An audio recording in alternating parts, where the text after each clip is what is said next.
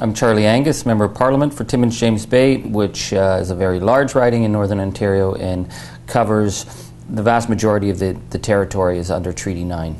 And I'm also the author of the book Children of the Broken Treaty.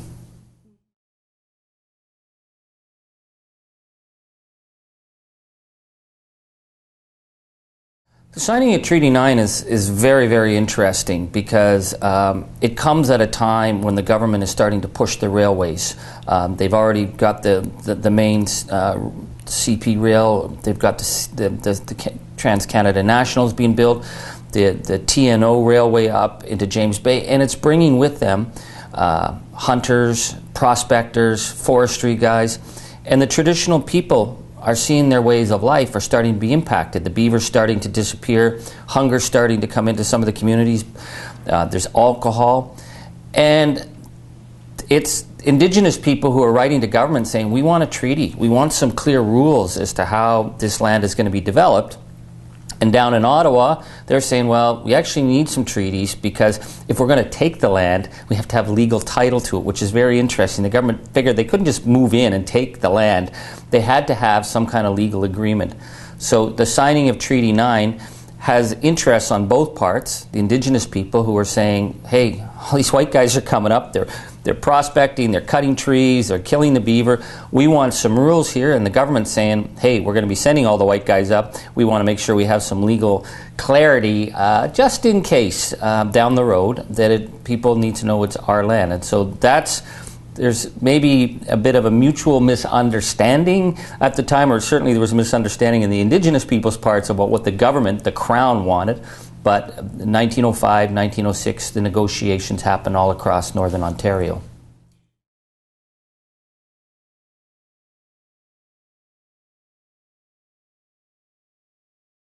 I think when you see some of the letters that were written from the Ojibwe, the Oji-Cree, and the Cree people, they recognized that their life, their traditional way of life was being impacted, and they knew the world was changing. So they wanted some clarity as to how this was going to be done. The government told them, trust the goodwill of the Crown. We have your best interests at heart. And people took that seriously. And the one thing that was put on the table in Treaty 9 that I think is significant is Duncan Campbell Scott, who's notorious for he's not the original architect of the residential schools, but he sure perfected its malevolence.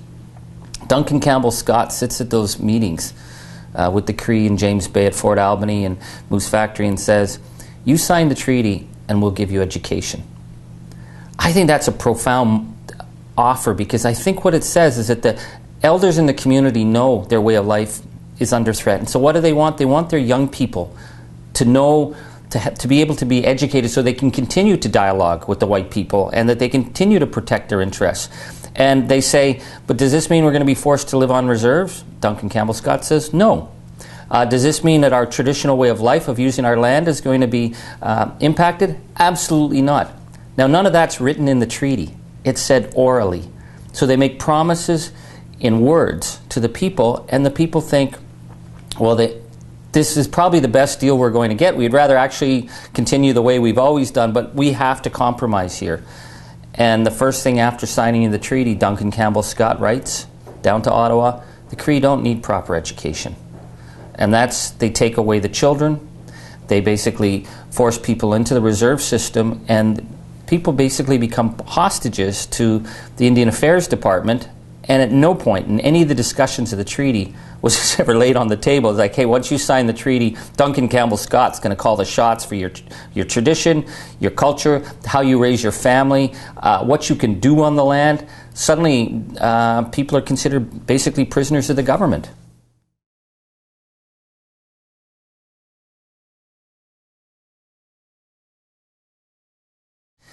I think what really struck me, and it was seeing the young people of Attawapiskat with the young leader Shannon Kustashian standing up to government saying they've been denied proper schools, they've been educated on a toxic site in Attawapiskat. The conditions that those children were being educated in were horrifying.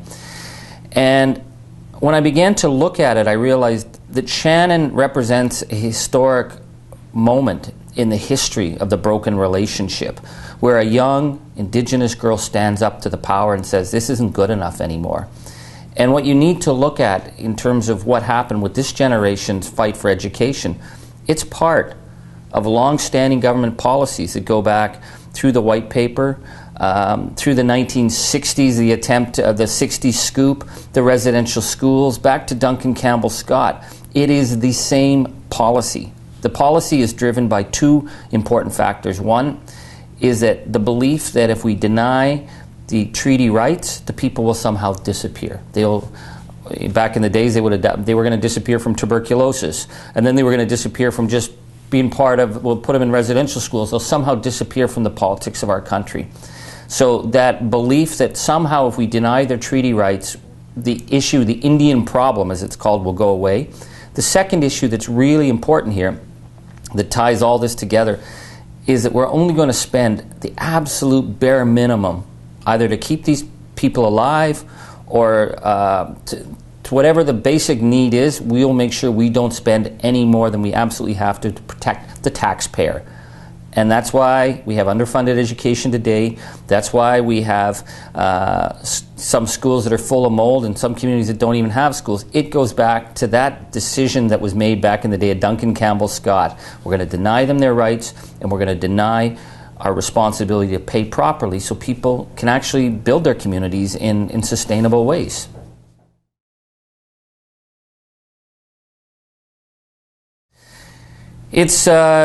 This is the ugly echo that comes through Canadian history all the time. So back in the day, it was like all this social Darwinism. You read it back then, it was like the stronger white man, the weaker red man, that this was somehow social Darwinism. I mean, that's how it was talked about back then. They weren't talking that they were going to kill off the Indians. They were just going to somehow disappear. And the sickness rates from underfunded medical services that you see, the amount of thousands of children who were dying in the residential schools. There were a few white voices that spoke up. There were a few clergymen who spoke up at the time. There was Peter Henderson Bryce, a government bureaucrat who spoke out, who started to document this. And what happened to him? He got fired. You move up after the Second World War, and they don't call it, basically the disappearance, it's enfranchisement, that if we make them citizens like everyone else, and, Pierre Elliott Trudeau, very famous for so many positive things he did, Pierre Elliott Trudeau's belief is, well, okay, we'll just get rid of the Indian Act, we'll get rid of treaties, and they'll just become citizens like everyone else. Today, you see it the same in the newspapers, articles saying, well, how long are these treaty obligations going to go on? And these communities, they're not sustainable. And why are we spending money? What they're saying, the old thing is, why don't they just give up the land, give it to us, become like everybody else, and then, hey, we got no problem. And it's that refusal to recognize that this country was based on that original agreement, the treaty, the signing between the two peoples who are going to be there for as long as the grass grows and the river runs. And, hey, that's the terms of the treaty. And as long as the grass grows and the river runs, our two peoples will be in that relationship. So I would suggest the best way forward is to recognize it and say, okay, it wasn't a great relationship. We certainly failed in so many areas, but how do we make this right? How do we work together? Because we'll never be the country we were meant to be until this relationship is the positive relationship that it really can be.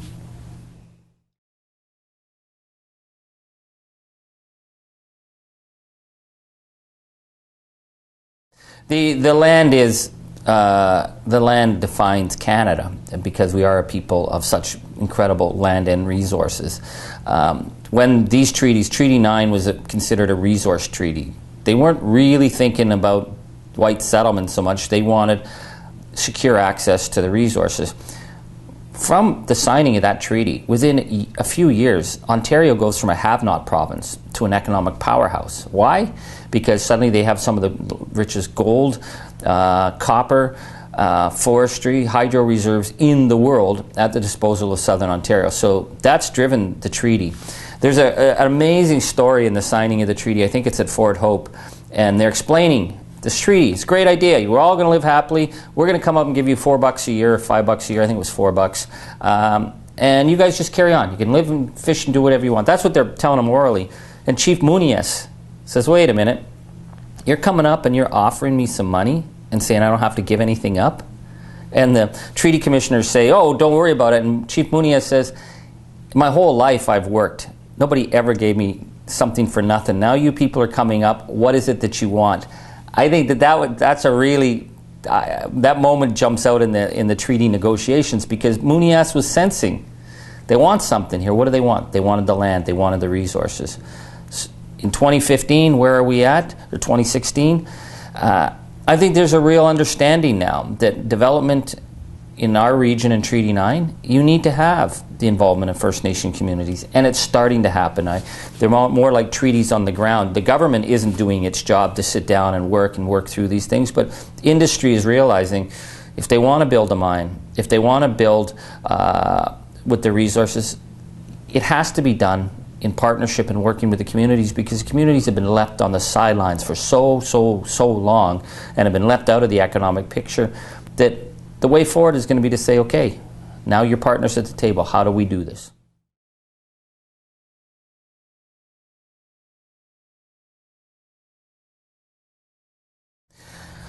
I think that the issue of what exactly the treaty meant, academics can argue that forever. What I see is that this was to be a relationship, and it was to be a relationship that the land was going to be shared, and we were going to find a way to do this together. So number one, we have to make sure that the communities have access to the same opportunities that the rest of Canadians enjoy. So we'll start to build schools, and we'll build proper schools, and we'll fund them properly. This ongoing discrimination against First Nation children has to end, so that the next generation can actually have the benefits that they've been denied, and that potential will start to be explored. The ongoing negotiations, they'll go back and they'll go forth, and that's what happens in a relationship. That's what happens between, peoples. But I think it's the sense that we need goodwill now. We need to say, you are the original people. You aren't going anywhere. No matter what's been thrown at you, you've come out stronger on the other end. So yes, now it's time to say Treaty 9, it was signed 100 years ago, but it's really not all that long ago. The relationship still has a long way to go. So goodwill, a willingness to talk to each other, and we'll work these things out as we go along.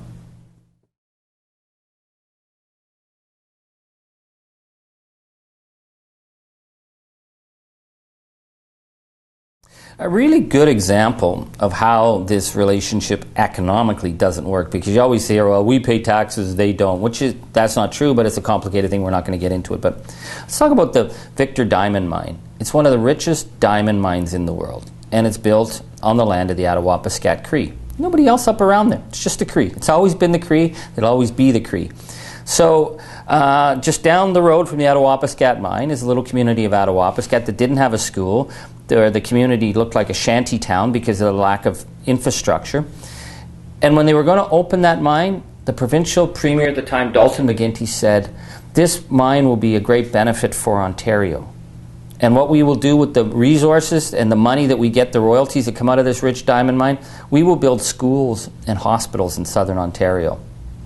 At no point did the premier ever suggest that any of this money would be spent in the land where it belongs, for the people of Attawapiskat. So when you go down as a Cree community and you have to ask government for something, they think you're begging. Because the resources are extracted from the region and the money goes to Ottawa or it goes to Toronto. These are the resources that your land has lived on. And when you go down and say, well, listen, we don't have proper housing, we don't have proper water, we don't have proper sewage, you're somehow seen as a burden on the taxpayer. And I think that dichotomy has to be addressed, that the money is coming off the territory year after year. It can be in the hundreds of millions it comes off, and yet the communities have never seen the benefit. And that's something that we have to address, and then maybe we'll start to see more sustainable communities in the north. I think that you've seen, when development used to happen, the loggers would just go in and they'd cut all the land. Well, did they cut the Indian trap lines? Yeah, but so what? It wasn't their job to worry about that. When they wanted to build hydro developments, who did they flood out? They didn't flood out, white suburban homes. They flooded out Indian communities, and then it was like the Indian communities were left having lost their resources and their land, which is where they've maintained their economic development. When mines were built, nobody ever talked to the local Indigenous community and say, hey, we're going to build a gold mine here. We want either to talk with you about it or we want you to be part of it. So this is what's changed, and it changed from It took confrontation, it took blockades, it took people saying, wait a minute, you need to talk to us. You can't just come in and flood out an area without recognizing the impacts it's going to have on us, because no company would be allowed to flood out an area and flood out farmers or homeowners without someone stepping up and saying, who's going to compensate us? But that happened in Indian country all the time. So the transformation is realizing that there are impacts from development. When forestry companies go in, they do impact the same terrain that other people use and have always used for their economic well-being, and hunting and trapping and harvesting the traditional plants and that. So if you're going to do logging, you're going to have to do it in conjunction with the elders in the community who are going to be able to tell you, really, don't go and log this area. This is a protected area that we want to protect. Or if you're going to build a mine, the people who live there are going to be left with the legacy of that for hundreds of years to come. So there has to be that notion of compensation. Those are concepts that are really well defined in white society and have always been, but somehow when we transfer it to indigenous communities to say we should be able to have some of the same opportunities and some of the same redress, this has seemed as traditionally been kind of revolutionary. But now it's becoming, I think, understood that this is how Canada is going to develop.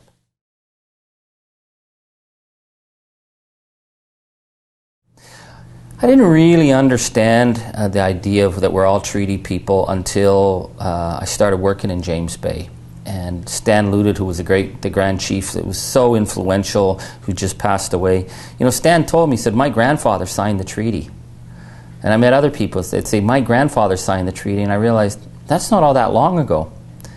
And my grandfather came to Canada as a poor Scottish immigrant to work in Treaty 9 in one of the richest gold mines in the world. My grandfather wouldn't have come here if they hadn't opened up those resources. So I'm a grandson of someone who came here because of the wealth of Treaty 9.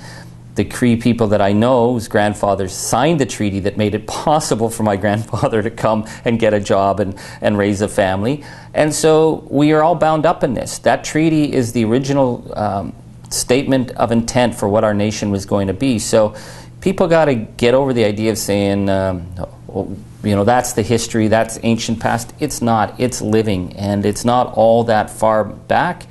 And until we agree that as treaty people, we're going to work somehow together. We're going to figure this out. I don't think anybody has a clear idea. I haven't met anybody who has a real clear idea how it's going to work. But that's okay. That's not all that bad a problem to say, if we have goodwill, we can build an amazing Canada together, and we can learn from each other. I also want to say that I really don't believe that anything stands still in our relationship between Canada and Indigenous people. I've seen transformation in the last 12 years that have been amazing. The steps forward that have been taken, sure, there's a lot of steps sideways, and sure, sometimes there's steps backwards. But the potential of building this relationship, the sense of pride I see among young people, the sense of culture that we all as Canadians benefit from, the growing Indigenous pride in this country, we're going to have a much more positive future by saying, let's do this walking hand in hand, as opposed to trying to chisel our treaty partners out of the most basic questions of fairness. I think those days have to end.